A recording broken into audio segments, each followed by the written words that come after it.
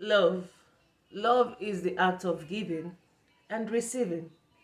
You give and you receive. So in this video today, I'm going to be talking about love languages, in particular to your kids, in particular to your children. How you give them love and how they receive love. Because in as much as we live in this big, beautiful world, we also are responsible for these human beings that we bring out into the world. And the way they grow up tomorrow and give out love depends on how we give them love and the whole context of it.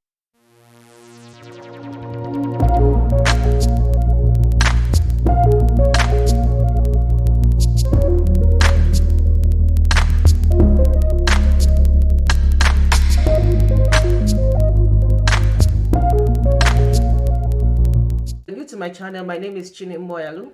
I'm a mommy YouTuber based here in the United States. I'm originally from Nigeria, so I hope you get to be able to understand my accents. And do keep coming back. Bring up your friends, subscribe, and hit the notification bell. And yes, I'm still so nervous. Anyways, right into the topic. We have we as mothers, fathers, brothers, sisters, uncles, aunties, whoever you are watching this video today, we need to give love to these children and we need to listen and pay attention to their love languages. A lot of people do not know about it. And being a mom, yes, I have a 2-year-old and I have a 9-month-old already. And I know that they're still young. I might not be the best person to give out this advice, but in my own opinion, what I've observed, what I have really observed and living with these kids and being their primary caregiver, I think I'm the best possible situation to give you this advice. So I have written down some points, and like always, you have to do your research, and I have to also jot down some things that I have noticed. So the first thing you should always do for your kids is words of affirmations. This words of affirmation is your own way of giving them love, telling them you love them, telling them beautiful words. I love you, girl. I love you, son. I love you, baby. You are beautiful. You are handsome. You are strong. You are intelligent. You are smart. You know, you need to tell them things. And the way you tell them all these things, somehow, somewhere in their mind, it lays a foundation that even the world with all its harshness and brutality won't take away from them, because their first cheerleader is you. Be it their mom, be it their dad, be it their grandparents. Words of affirmation, it lifts their spirits. Whenever they do things, you give them a high five, you let them know that you did a good job. You did a good job. Tell them things. My assistant madam is around the corner. You affirm to them that they are worth it. They are worth it. And it gives them a sudden lift in their spirits. And it pushes them on to become a better versions of themselves. Okay. I don't want to make this a long video. So the second one I have is gifts. Yeah, gifts. Don't be stingy. Don't withhold gifts. I was reading something somewhere, and the lady was like that she has 2 kids, and they always help her to do things, to package some of her work, of her business, and all those things.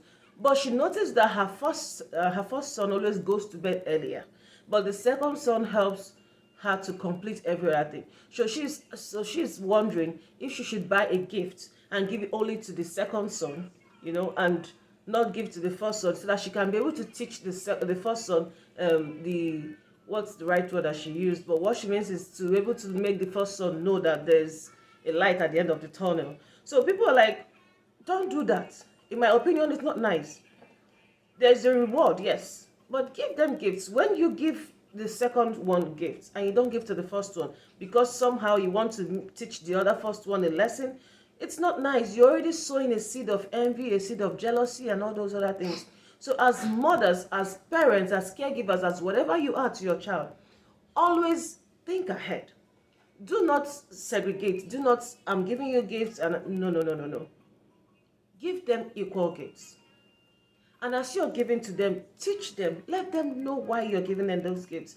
It also makes them to push further, to know that they have to keep striving to be better versions of themselves. We have to raise good human beings. You might not come from a good home or wherever you're coming from, but let's be intentional in the way we raise our kids, because they are our legacy. It's not about the money that you're making, but these kids are living legacies. Mama, please. They are living legacies, and they will also in turn take it down to generations yet unborn. So give your kids gifts. Let them know why you're giving them these gifts. And it will also propel them to do better, you know. Then the third one is acts of service. It's also part of what I just said right now, so it's not much. But whenever they do things, reward them. Give them rewards. It's part of their love languages. Then the other one is quality time. Quality time should be number one. Whatever you are doing, always make out time for your kids. They are your number one priority. Do not, for anything, jeopardize that quality time. Because once you remove from their quality time, you're creating a distance already. You're creating a barrier.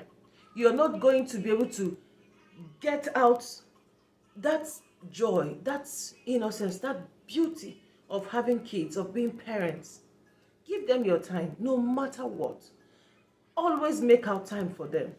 Because that time, if it's not properly given to them, someone else can give it to them, and you do not want evil to come into their lives in any way because you're not there.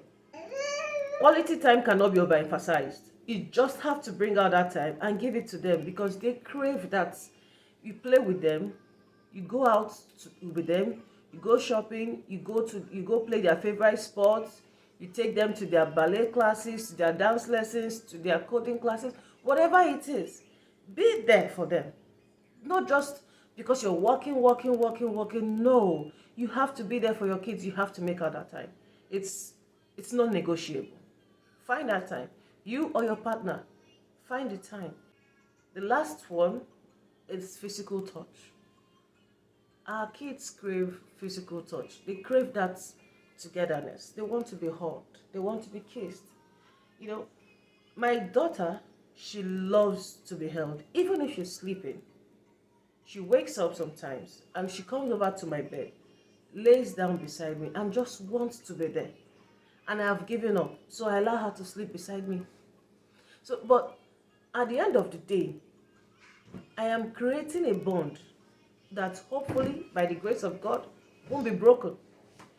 Even if I scold her, when she messes up and I scold her, I allow her cry for just a bit of, just a little while, and I tell her, Mama, come. She comes, I give her a hug, and that's it. The cry just zips, and it's just there. So we just have to, Mama, stop. So we just have to be intentional in the way we raise our kids, how we teach them, what we teach them, how we act towards them, what we do. These kids, they look at us, they observe us. And you have to be observant as parents. Monitor them, watch them. My 9-month-old doesn't talk, but whenever he's excited, he moves his legs. He kicks it out with so much joy. You will see the joy in his face. He's very hyper when it comes to that. When he's sad, but when you're doing something that he loves, he kicks his legs. And that, for me, is his own love language. That is how he communicates to me, Mommy, I love what you're doing. And when you give them kisses, when you give them hugs, oh my goodness, it just transforms. You see their faces light up. And to me, that's our reward. That's just the ultimate reward of being parents. Or whatever you are to them. Let's endeavor to channel love. Love, it's not expensive. It's very free. Because this love churns out good human beings in the future.